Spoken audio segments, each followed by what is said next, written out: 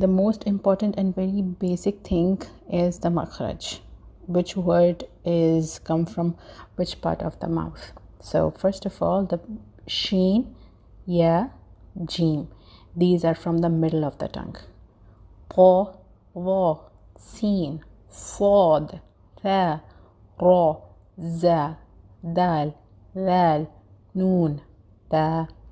These are from the tip of the tongue. Lam, lam, wad. These are from the edges of the tongue. Kaf, qaf, the deepest part of the tongue. Ghain, kha, top of the throat. Ain, ha, middle of the throat. Hamza, ha, bottom of the throat.